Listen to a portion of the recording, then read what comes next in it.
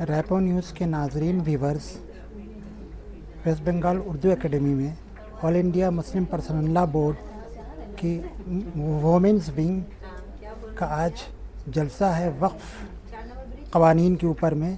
وقف قانون ایکٹ جو 2025 میں نافذ کیا گیا ہے اور جس کی پروسیڈنگ چل رہی تھی سپریم کورٹ میں، تو 2 دن قبل سپریم کورٹ کا ایک فیصلہ انٹریم آرڈر آیا ہے. اس کے مطابق کچھ باتیں ایسی ہیں جن کو پس پردہ ڈال دیا گیا ہے اور تشفی بخش فیصلہ نہیں ہے انٹریم آرڈر میں. تو اس کے خلاف میں All India Muslim Personal Law Board کی وومن ونگ نے مخالفت کا تہیہ کیا ہے اور اس سلسلے میں آج ویسٹ بنگال اردو اکیڈمی میں یہ لوگ جمع ہوئی ہیں. تو ابھی کچھ ہی لمحوں میں یہ جلسہ شروع ہوگا. جیسا کہ ہم سب جانتے ہیں ابھی کیا ماحول ہے اس دنیا کا اور کیا چل رہا ہے ہمارے ملک میں، اس کے مد نظر آل India Muslim Personal Law Board کی تحریک چل رہی ہے اور اس سلسلے میں آج ہم یہاں انشاءاللہ جمع ہوئے ہیں. پروگرام شروع کرنے سے پہلے میں آپ کو اپنے گیسٹ کا تعارف کروا دیتی ہوں. انشاءاللہ ہمارے ساتھ ہمارے نیشنل کنوینر آل India Muslim Personal Law Board کی جلسہ سلطانہ یاسین صاحبہ آج ہمارے ساتھ ہیں. حیدرآباد سے آئی ہیں. She is a national convenor of All India Muslim Personal Law Board. یہاں پہ ہم بیٹھے ان کے ساتھ doctor Quddusa Sultana, she is a professor and a writer, وہ بھی ہمارے ساتھ شامل ہوئی ہیں انشاءاللہ. اور ہمارے ساتھ سبوی عزیز صاحبہ ہیں، وہ آل India Muslim Personal Law Board کی ممبر ہیں اور آل بنگال مسلم وومنز ایسوسی ایشن کی جنرل سیکرٹری ہیں. وہ ہمارے ساتھ یہاں موجود ہیں اس پروگرام میں. اس پروگرام کو کرنے کا ایک خاص مقصد ہے. ابھی ہم لوگوں نے دیکھا ہوگا کہ ابھی وقف کے سلسلے میں جو باتیں ہم لوگوں کے سامنے آ رہی ہیں، ہم سب اس سے واقف ہیں کیونکہ ہم سب سوشل میڈیا میں ہم سب جانتے ہیں کہ کیا ہو رہا ہے، کہ کیسے کیسے چیزوں میں تبدیلی لائی جا رہی ہے اور کس طرح ایک طبقے کو ہمیشہ پریشان کیا جا رہا ہے. تو اسی سلسلے سے ابھی ہمارا جو وقف کا جو مسئلہ تھا، وقف کا میں ہمیشہ یہ بات کہتی ہوں کہ وقف کا جو مسئلہ ہے یہ بہت ڈرائی سبجیکٹ لگتا ہے مجھے، کیونکہ سارے لوگ اس سے ریلیٹ نہیں کر پاتے ہیں. ہم نہیں سمجھ پاتے کہ وقف چیز کیا ہے، ہم کیوں جمع ہو رہے ہیں. لیکن میں یہ آپ کو بتا دوں کہ وقف ہمارا شرعی مسئلہ ہے. یہ جو وقف کی جائیدادیں ہیں یہ ہم سے شرعی طریقے سے ہم سے جڑی ہوئی ہیں، کیونکہ جب ایک انسان وقف کرتا ہے تو وہ اللہ کے نام پہ اپنی جائیداد کو وقف کر دیتا ہے اور جو جائیداد ایک بار وقف کی جاتی ہے اسے واپس نہیں لیا جا سکتا، کیونکہ یہ ہم اللہ کے نام سے اس کو وقف کر دیتے ہیں اور اس کی جو آمدنی ہے یا اس کا جو استعمال ہوتا ہے وہ فی سبیل اللہ کے راستے پہ چلتا ہے. تو اس طرح سے وقف کی بہت ساری جائیدادیں ہیں انڈیا میں اور اتنی جائیدادیں ہیں کہ کچھ لسٹڈ ہیں کچھ ان لسٹڈ ہیں اور حکومت کی نظر ابھی ہمارے اس وقت کے جائیدادوں پر آ چکی ہے. کہیں نہ کہیں ہم کو معاشی طریقے سے کمزور کرنا، ہم کو مارنا، تو یہ بھی ایک طریقہ ہوا کہ ہماری جو جائیدادیں ہیں اس پہ کیسے قبضہ کیا جا سکتا ہے. ابھی سپریم کورٹ کا ورڈکٹ تھا، ورڈکٹ ابھی یہ فائنل ورڈکٹ تو نہیں تھا، جو بھی ان کا آرڈر آیا ہے ہم لوگوں نے تسلیم کیا اس آرڈر کو، لیکن یہ ورڈکٹ ایک دم بھی تشفی بخش نہیں تھا، اس لیے کہ جن باتوں پہ باتیں ہونے تھیں، اتنا اہم مسئلہ سیکنڈ مائنورٹی ہم لوگ اس کنٹری میں ہے اور اس طریقے سے ہماری چیزوں کو، ہماری آوازوں کو نظر انداز کرنا، نہیں سننا حکومت کی طرف سے کہیں نہ کہیں یہ ظالمانہ طور طریقہ ہے. 5 چیزوں پہ جو اسی سلسلے میں آج ہم یہاں جمع ہوئے ہیں انشاءاللہ، اور وقت کو ہم لوگ بہت اچھی طریقے سے سمجھنے کی کوشش کریں گے، جس کے لیے ہماری گیسٹ اسپیکرز ہیں انشاءاللہ، وہ آپ دونوں وہ آپ کو وقت کے سلسلے میں انشاءاللہ آپ کو ڈیٹیلز بتائیں گے تاکہ آپ لوگوں کو بھی سمجھ میں آئے کہ آپ کی اس میں حصہ داری کیسے ہو سکتی ہے.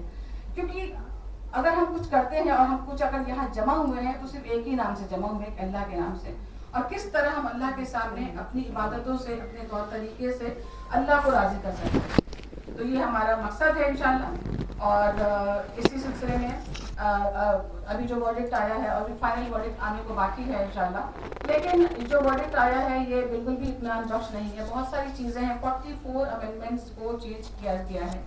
تو اگر ایک پرانے بل میں 44 چینجز لایا جاتا ہے تو سمجھ لیجیے ایک نیا بل آ گیا، لیکن اس بات کو تسلیم نہیں کیا جاتا ہے جس میں بہت ساری چیزیں ہیں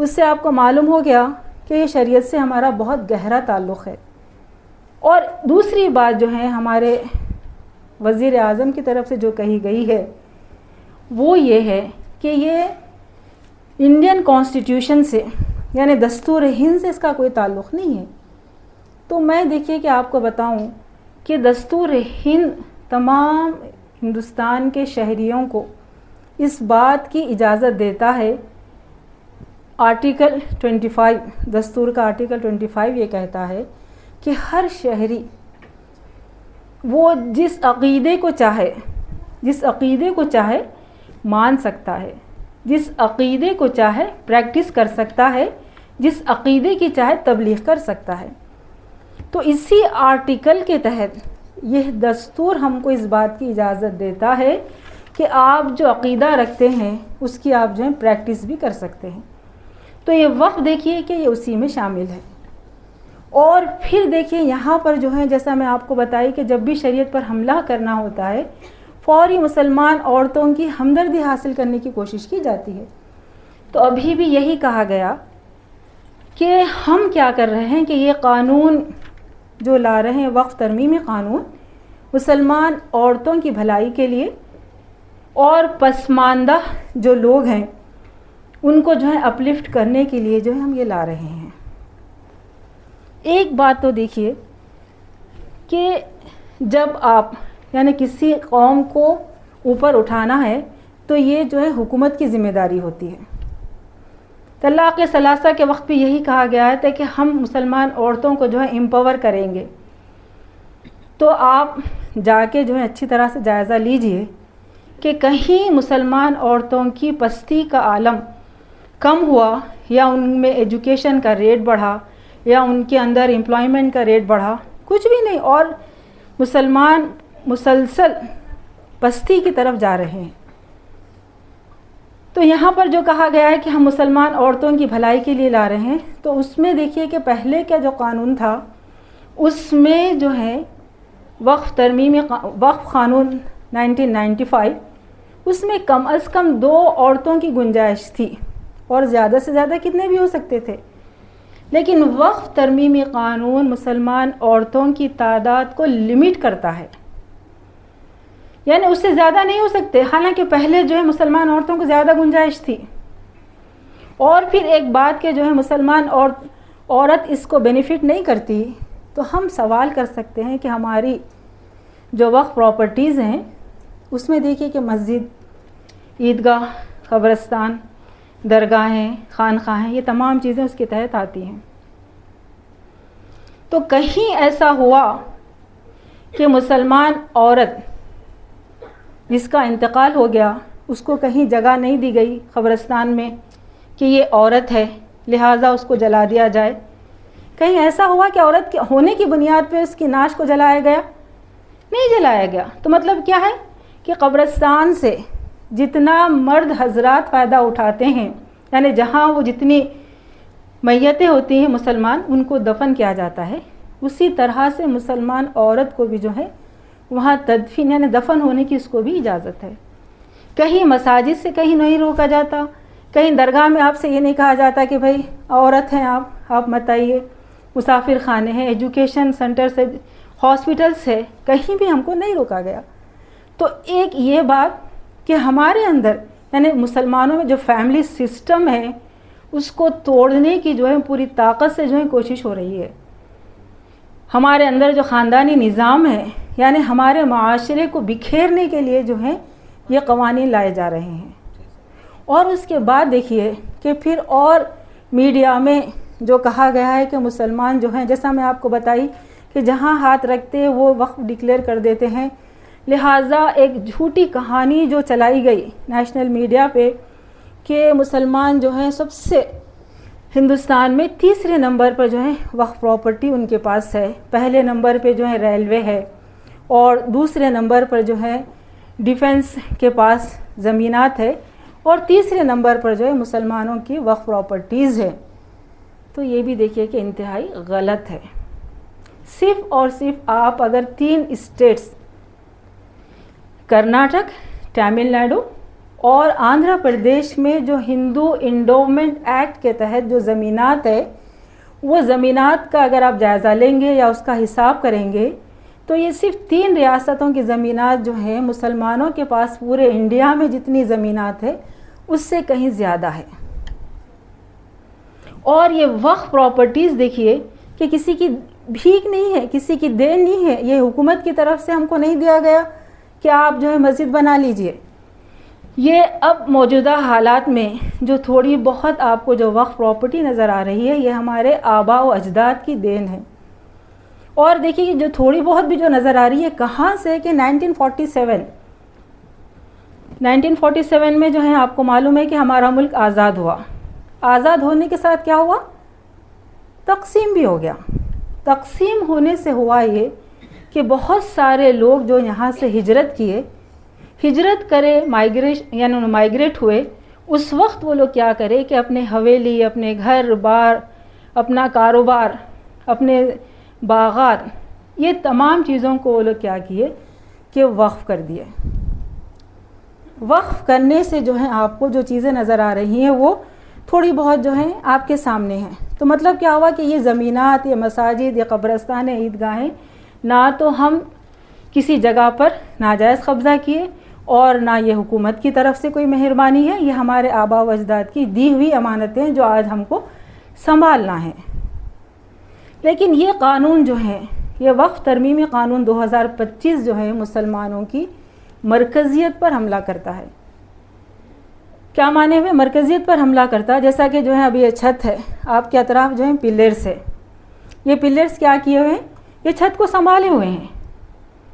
تو اسی طرح سے یہ وقف پراپرٹیز, مدارس, مساجد, عیدگاہیں, درگاہیں جو ہیں اسلام کے نظام کو سنبھالے ہوئے ہیں. تو یہ بہت سوچی سمجھی حکومت کی سازش کا حصہ ہے کہ ان کے مرکزی مقام کو یعنی مرکز پر جو ہے حملہ کیا جائے تاکہ جو ہے یہاں پر ہماری شناخت, ہماری آئیڈینٹی کو جو ہے ختم کیا جائے. تو یہ بہت بڑی گہری سازش کا حصہ ہے وقف ترمیمی قانون. یعنی آپ ایسے ہی مت سمجھیے کہ جو ہے اس سے ہم کو کیا لینا دینا ہے.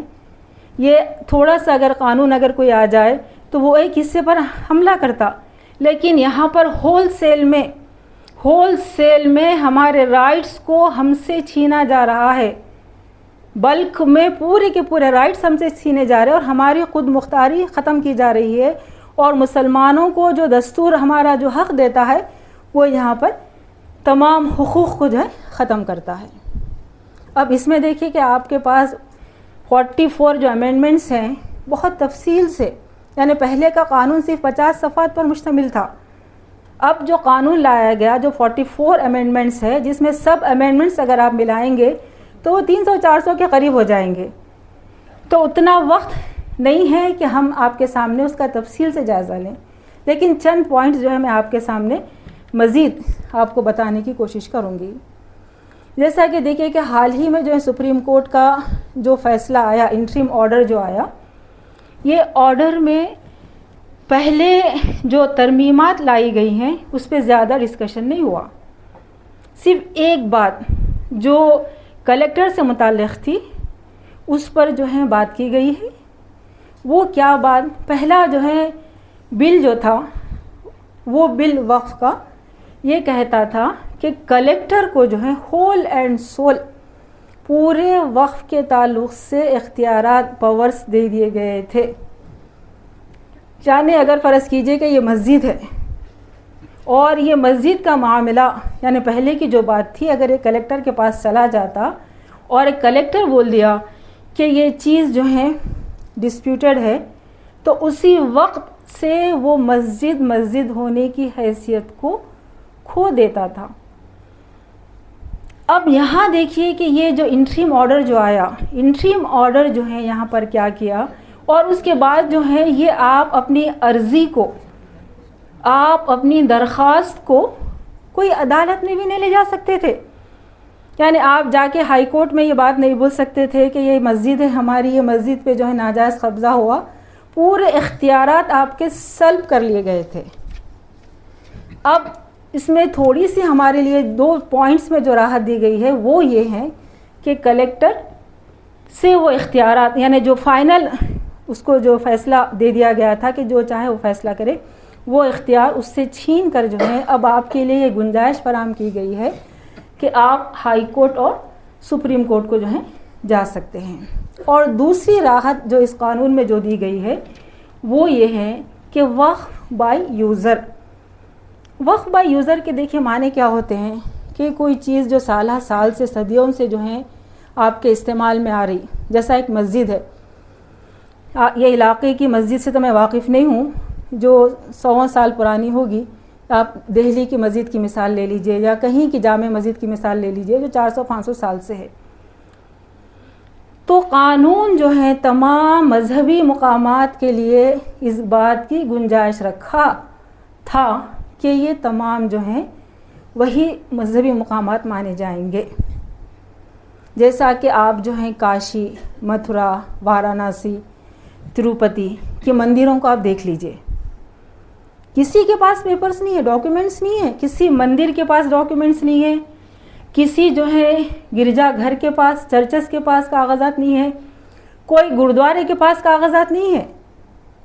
لیکن ہماری سوا یعنی یہ جو ہم امتیاز برتنے والا جو قانون ہے وہ اس طرح سے ہے کہ صرف اور صرف مسلمانوں کو جو ہے یہ کہا جا رہا ہے کہ آپ ڈاکیومنٹ سبمٹ کریں.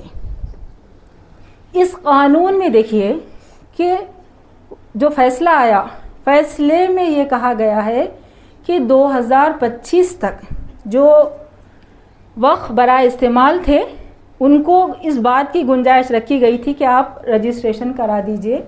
اور اب تک جو ہے وامسی پورٹل میں ان اوقاف کی جائیدادوں کا رجسٹریشن ہوتا تھا.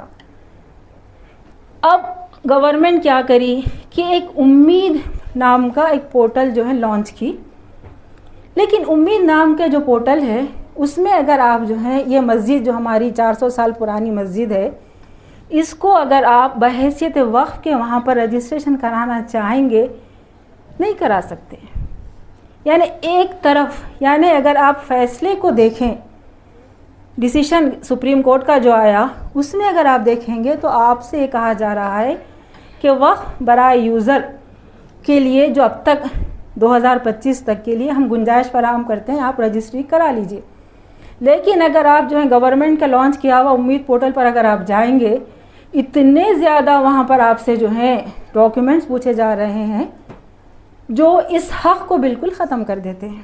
یعنی وہاں پر آپ سے یہ پوچھا جا رہا ہے کہ آپ جو ہے وقف ڈیڈ لے کر آئیے، آپ سے یہ کہا جا رہا ہے کہ وہ کاغذات لے کر آئیے.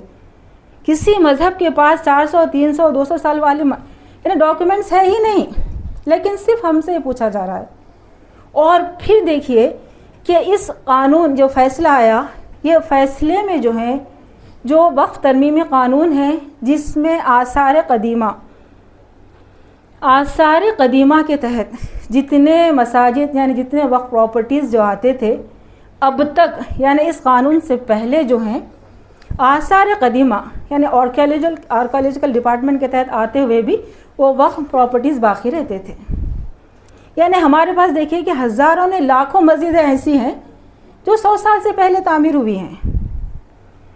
تو پہلے جیسا مثال آپ کو دیتی ہوں کہ تاج محل کی مساجد جو 4 مساجد ہیں جو کئی 100 سال پرانی ہیں، تو اب تک کا قانون جو ہے اس کو آثار قدیمہ کے تحت لیتے ہوئے وقف کی حیثیت کو برقرار رکھتا تھا. اب یہ فیصلہ دیکھیے کہ اس پر بات نہیں کرتا، گفتگو نہیں کرتا جو ابھی فیصلہ آیا. اور قانون کیا کہتا ہے کہ آپ کے اطراف جو مساجدیں 100 سال پرانی ہیں وہ تمام کے تمام آثار قدیمہ کے تحت آ جائیں گے. مساجد، مدارس، قبرستان، تمام درگاہیں بھی، ہاں خصوصی طور پہ درگاہیں بھی جو ہیں آثار قدیمہ کے تحت آ جائیں گے. اور آنے کے بعد دیکھیے ستم ظریفی یہ ہے کہ وہ وقف باقی نہیں رہیں گے. کس کی پراپرٹی بن جائیں گے؟ وہ حکومت کی پراپرٹی بن جائیں گے. تو اس میں اس کی زد میں 1-2 مسجدیں نہیں آ رہے، تقریباً مساجد ہمارے لاکھوں مساجد جو ہیں اس کے اندر آ رہے. اور اگر فرض کیجئے کہ کوئی ویران مسجد ہے تب بھی یہ قانون کہتا ہے کہ وہ کیا ہو جائے گا؟ ویران مساجد بھی یہ اس کے بعد یہ وقف کی حیثیت باقی نہیں رہیں گے، یہ کیا ہو جائیں گے؟ حکومت کے تحت آ جائیں گے. اور اسی طرح سے جو ہے اگر آپ مساجد وغیرہ کی یا یتیم خانہ ہے، مسافر خانہ ہے، اس کی دیکھ بھال کے لیے اگر کوئی ٹرسٹ بنائے، آپ کوئی سوسائٹی بنائے، تو یہاں یہ بات ہو رہی ہے کہ وہ سوسائٹی ٹرسٹ بنانے کی وجہ سے وہ وقف جو ہے وقف باقی نہیں رہے گا.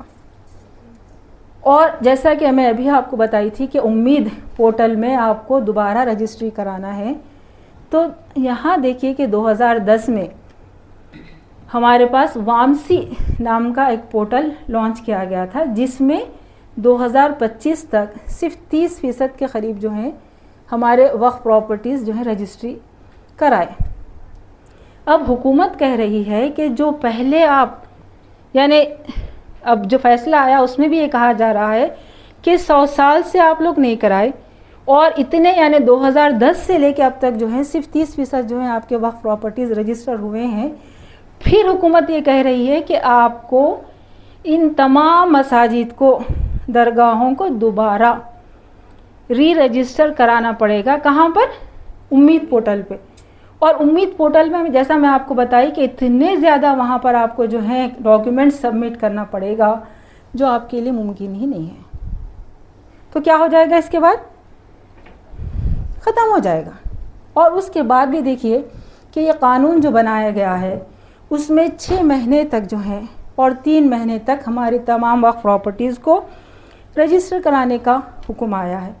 اور اس میں اگر فرض کیجئے کہ آپ ایسے اسٹیٹ میں رہتے ہیں جو مرکز کی تابعداری پوری طرح سے کرتا ہے، تو وہ کیا کرے گا کہ یہ ان چیزوں کی جو ہے ہمارے لیے سہولت فراہم نہیں کرے گا اور وہ ہم سے کیا کریں گے؟ ہاتھ سے چلی جائیں گے. اور وقف قانون کے تحت آپ کوئی ایسی جو ہے جائیداد وقف کیے، فرض کیجئے کہ آپ کے پاس ایک ملگی ایک شاپ جو ہے آپ کیا کریں ڈونیٹ کر دیے، اس میں آپ کیا وصیت کیے تھے، پہلے تو جو ہے آپ سے وہ حق ہی چھین لیا جا رہا کہ آپ یہ نہیں کر سکتے کہ یہ فلاں فلاں کو اس کا بینیفٹ پہنچے، وہ آپ سے چھین رہے. اور اس کے بعد دیکھیں یہاں سے آپ کا کیا حق چھین رہے ہیں کہ آپ جو ہے اس میں وصیت کیے تھے کہ اس چیز سے یعنی اس ملگی سے، اس گھر سے یا اس کاروبار سے آپ کو جو منافع آ رہا ہے، اس منافع کو 10 یتیم بچوں کی پرورش کریں. آپ اس میں وصیت کر دیے، لیکن جو ہے وہ حالات ایسے ہوئے کہ اس کی ویلیو بڑھ گئی، ویلیو اتنی بڑھی کہ آپ 10 کے بجائے اگر 20 یتیم بچوں کی اگر پرورش کرنا چاہیں تو قانون بول رہا کہ نہیں. آپ کیا کریں کہ اس میں یہی بات لکھی ہوئی ہے کہ آپ 10 یتیم بچوں کی پرورش کریں. لہٰذا 10 یعنی 20 کی اب جو اس میں کیپیسٹی آ گئی، 10 کی جو آپ کو جو ہے زائد آمدنی جو ہو رہی ہے وہ آپ کو کیا کرنا پڑے گا؟ سینٹرل گورنمنٹ کو سبمٹ کر دینا پڑے گا. وہ پوری جو یعنی جو انکم ہو رہی ہے وہ سینٹرل گورنمنٹ لے لے گی. اور یہاں دیکھیے کہ بہت زیادہ جو ہے لمیٹیشن ایکٹ جو ہے ایک ایسا قانون ہے جس کے تحت اب آپ کی کوئی پراپرٹی ہے، مان لیجئے کہ آپ کا ایک گھر ہے، یہ گھر ہے، آپ کے اس گھر پہ جو ہے کوئی ناجائز قبضہ کیے ہوئے ہیں، لیکن آپ کیا کریں کہ 12 سال تک اس پر اپنا کلیم درج نہیں کرائے. آپ یہ نہیں بولے کہ یہ گھر جو ہے میرا ہے، آپ نہ جو ہے پی ایس میں اپلیکیشن لکھائے، نہ آپ کورٹ کو اپروچ ہوئے، خاموش جو ہے تماشائی بنے ہوئے رہیں گے. تو ہندوستان کا لمیٹیشن ایکٹ یہ بات کہتا ہے کہ وہ گھر جو قبضہ کیے ہوئے ہیں وہ اسی کا ہو جائے گا. لیکن جو ہے لمیٹیشن ایکٹ کی جو ہے چھوٹ تمام ریلیجس کے ماننے والوں کے لیے، مذہبی مقامات کے لیے لاگو نہیں ہوتے تھے. مطلب اگر فرض کیجئے کہ مندر کی پراپرٹی ہے، اس پر کوئی جو ہے قبضہ کیے ہوئے، ایون اگر آپ 50 سال بھی ہو جائیں، 100 سال بھی ہو جائے، اور ہندو انڈومنٹ کیا کرا کہ مندر کے تحت جو پراپرٹی جو آتی تھی 100 سال ہو گئے، لیکن اگر عدالت میں جا کے جو ہے قانونی چارہ جوئی کرے گا تو اس کو واپس کیا ہو جائے گا، وہ زمین اس کو مل جائے گی۔ یہ سہولت ہر مذہب کے ماننے والوں کو حاصل تھی، آج تک گردوارے کو حاصل تھی، چرچز کو حاصل تھی، تمام مندر کے جتنے بھی اونر ہیں ان کو یہ حاصل تھی، لیکن صرف اور صرف یہ حق اب اس قانون کے ذریعے سے ہم سے چھین لیا گیا۔ اور حکومت جو ہے یہ نیریٹو گھڑ رہی ہے کہ مسلمان جو ہیں جتنے گورنمنٹ کے پراپرٹیز ہیں اس پر قبضہ کیے ہوئے ہیں، ناجائز قابضین ہیں یہ، لہٰذا ان کے اس قبضے کو ختم کیا جائے، یہی مانتے ہوئے جو ہیں وہ سپریم کورٹ میں جو ہے اپنا جو پیٹیشن داخل کی۔ تو اس میں یہ جو فیصلہ جو آیا اس میں دیکھیے کہ لمیٹیشن ایکٹ کا ذکر نہیں ہے، تو اس سے حالانکہ یہ انٹریم آرڈر ہے، اس سے اب ہوگا یہ کہ ہمارے کئی ایسے پراپرٹیز ہیں جس پہ حکومت خود قبضہ کیے ہوئے ہیں، کئی پراپرٹیز پہ جو ہے سینٹرل گورنمنٹ کے قبضے ہیں، کئی پراپرٹیز پہ اسٹیٹ گورنمنٹ کے قبضے ہیں۔ اور یہ قانون جیسا کہ دہلی میں دیکھیں کہ مشہور ہے کہ تقریباً 120 پراپرٹیز ایسے ہیں جو کروڑہ روپے کی جو ہے مالیت کے ہیں، اس پر اب سینٹرل گورنمنٹ کا قبضہ ہے۔ تو یہ قانون سے ہوگا کیا کہ خود بخود سینٹرل گورنمنٹ مالک بن جائے گی، اپنے آپ کو کیا کر رہی ہو، مالک بنا لے رہی۔ اور اس قانون کے ذریعے سے دیکھیے کہ ہریانہ اور پنجاب 2 ریاستیں ایسی ہیں جو آزادی کے وقت بہت ساری ہمارے جو وقف پراپرٹیز ہیں، مساجد، مدارس، قبرستانیں، جیسا میں آپ کو بتائی کہ 1947 میں مسلمان جو ہجرت کر کے چلے گئے اطراف کے ممالک کو، اس میں ہوا یہ کہ وہ مسجدوں کو، قبرستانوں کو چھوڑ دیے۔ اس پر کیا ہوا کہ دوسرے مذاہب کے ماننے والے اس پر قبضہ کر لیے۔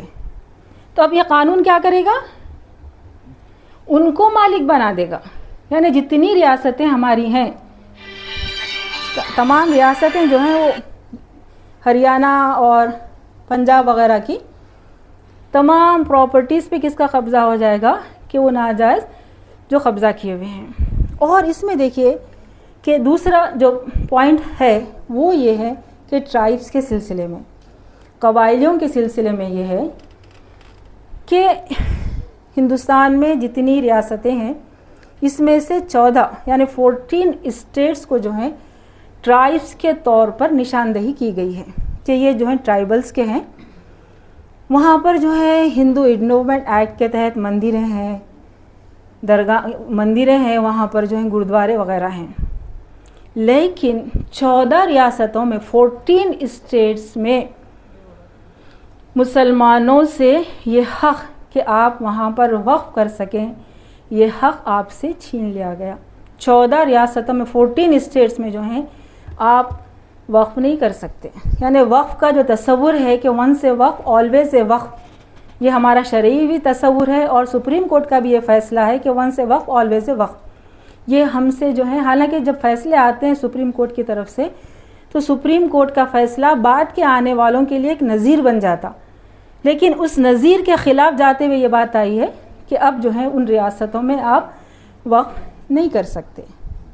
تو کیا ہو جائے گا اس سے، وہاں پر ان ریاستوں میں جو ہے آپ بالکل وقف نہیں کریں گے۔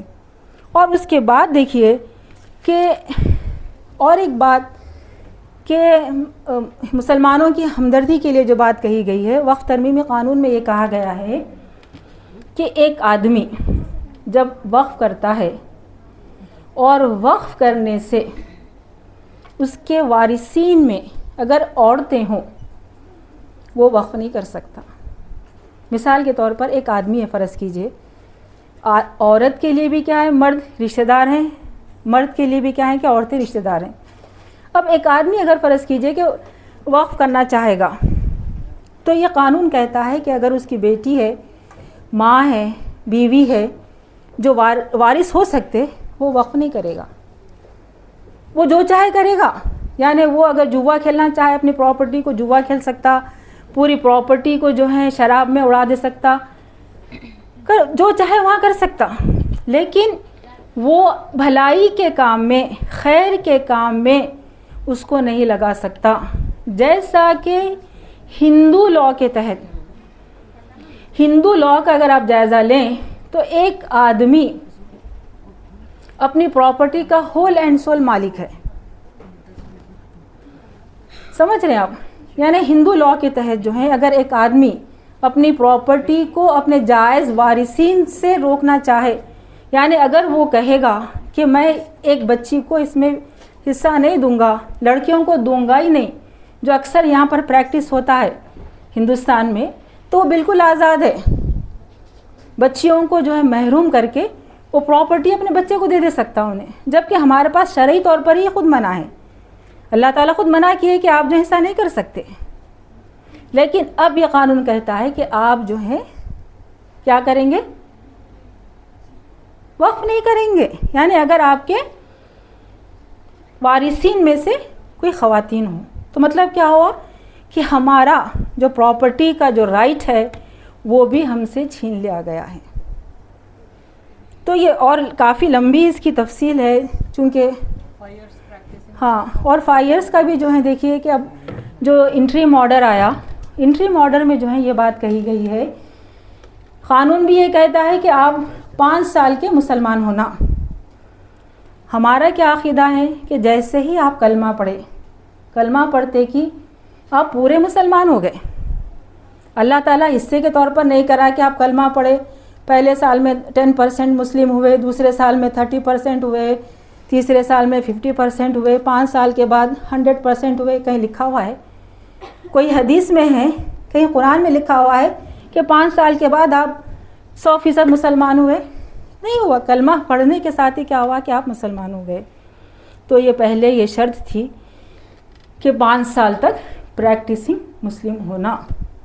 اب یہ فیصلہ یہ کہتا ہے کہ جب تک اسٹیٹ گورنمنٹس، جتنے بھی اسٹیٹس ہیں وہاں کے متعلقہ اسٹیٹ گورنمنٹس آپ کے لیے رولز اینڈ ریگولیشنز نہیں بنائیں گے، اس وقت تک اس ترمیم کو جو ہے اسٹے لگایا گیا. لیکن اگر فرض کیجئے کہ ویسٹ بنگال کی گورنمنٹ یہ لاء بنا دی کہ مسلمان ہونے کے لیے یہ چیزیں ہونا ہے، تو اب کیا ہوگا کہ ہم سرکاری دفتروں کو پھریں گے کہ بھائی آپ ذرا ہمارے مسلمان ہونے کا سرٹیفکیٹ آپ جاری کیجئے.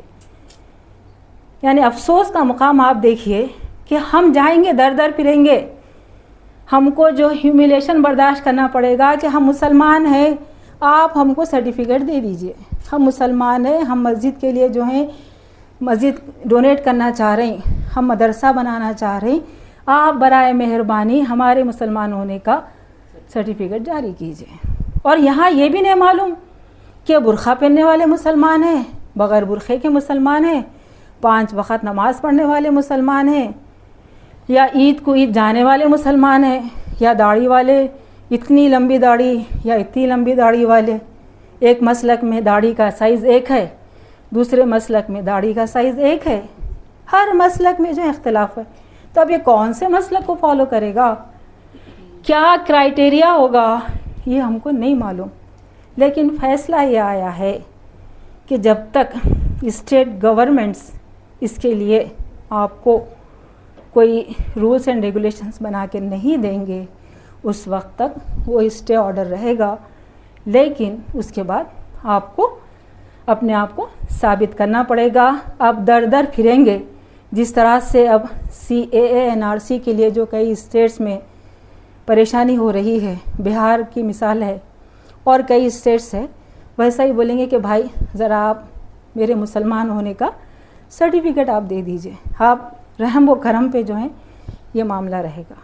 تو یہ قانون کو اگر آپ اوورال جائزہ لیں گے تو یہ قانون ہمارے ہندوستان کا جو دستور ہے، کانسٹیٹیوشن ہے، اس میں جو ہمارے لیے فنڈامنٹل رائٹس ہے، فنڈامنٹل رائٹس کو پوری طرح سے کھینچ رہا ہے. آرٹیکل 14, 15, 16 کا اس میں وائلیشن ہے، آرٹیکل 25, 26 کا اس میں وائلیشن ہے، آرٹیکل 29, 30 کا وائلیشن ہے. یعنی آپ سے مسلمان ہونے کا حق آپ سے چھین لیا جا رہا ہے، اور کئی ایسے حقوق ہیں جو آپ سے چھینے جا رہے ہیں. تو یہ ایک غیر دستوری قانون ہے اور مسلمانوں کی اتھارٹی کو پوری طرح سے کھینچ رہا ہے. اور جیسا کہ میں ابھی آپ کو بتائی کہ یہ قانون مسلمانوں کے جو رائٹس ہے اس کو ہول سیل میں ختم کر رہا, یعنی ایک نہیں, پوری طرح سے. جیسا کہ آپ جو ہے ایک بیڈ شیٹ پہ ٹھہرے ہوئے ہیں, بیڈ شیٹ اگر آپ کے نیچے سے نکال دی جائے تو کیا ہوگا, یعنی سر کے بل آپ گریں گے. تو یہ قانون کیا کر رہا ہے کہ پوری طرح سے آپ کے رائٹس کو چھین رہا, اور آپ کیا ہوں گے کہ سر کے بل اس میں گریں گے. یہ ڈیموکریسی کے اگینسٹ ہے, یہ نیچرل جسٹس کے خلاف ہے, اور یہ ڈسکریمنیٹری لا ہے. ہمارے تمام شہریوں کے بیچ میں جو ہے امتیاز پیدا کرنے والا قانون ہے. تو ہم حکومت سے مطالبہ کریں گے کہ یہ ایک ڈسکریمنیٹری قانون, ڈیموکریسی کے خلاف قانون, اور ہم پر جو ہے ہماری آئیڈینٹی پر جو حملہ ہے وہ قانون, ہماری شریعت پر جو حملہ ہے, اور ہمارے جو فنڈامنٹل رائٹس جو ہم سے چھین رہا ہے, جو مسلمانوں کی اتھارٹی کو پوری طرح ختم کر رہا ہے. اور یہ قانون ہم کو دوسرے درجے کا شہری, یعنی ہندوستان میں سیکنڈ گریڈ سٹیزن بنانے کا جو قانون ہے, ہم حکومت سے مطالبہ کرتے ہیں کہ یہ ظالمانہ قانون, غیر منصفانہ قانون جو ہم سے یعنی طاقت کے زور پر جو مسلط کر دیا گیا ہے, کہ وہ واپس لیں, اور پورے ہندوستان میں مسلمانوں کے درمیان میں جو ایک بے چینی پائی جاتی ہے اس قانون کو لے کر, اس قانون کو واپس لیں اور ایک اطمینان کا ماحول جو ہے پیدا کریں. اور انشاءاللہ دیکھیے کہ ہم کو جو ہمارا دستور, انڈین کانسٹیٹیوشن ہم کو جو رائٹ دیتا ہے کہ آپ اس کے خلاف پروٹیسٹ کریں, تو آپ یہاں سے جانے سے پہلے یہ طے کر کے اٹھیں کہ ہم دستور کے چوکٹھے میں, انڈین کانسٹیٹیوشن کے دائرے میں, ہم کو ہمارے علماء اکرام جو بھی پروگرام ہم کو دیں گے, انشاءاللہ ہم اپنی وقف پراپرٹیز کی بازیابی تک جو ہے اس کو جاری رکھیں گے, اور وقف کی جو ہے ایک ایک انچ کی انشاءاللہ جو ہم کیا کریں گے, حفاظت کریں گے. اسی کے ساتھ میں اپنی بات کو ختم کرتی ہوں. وآخر دعوانا الحمدللہ رب العالمین.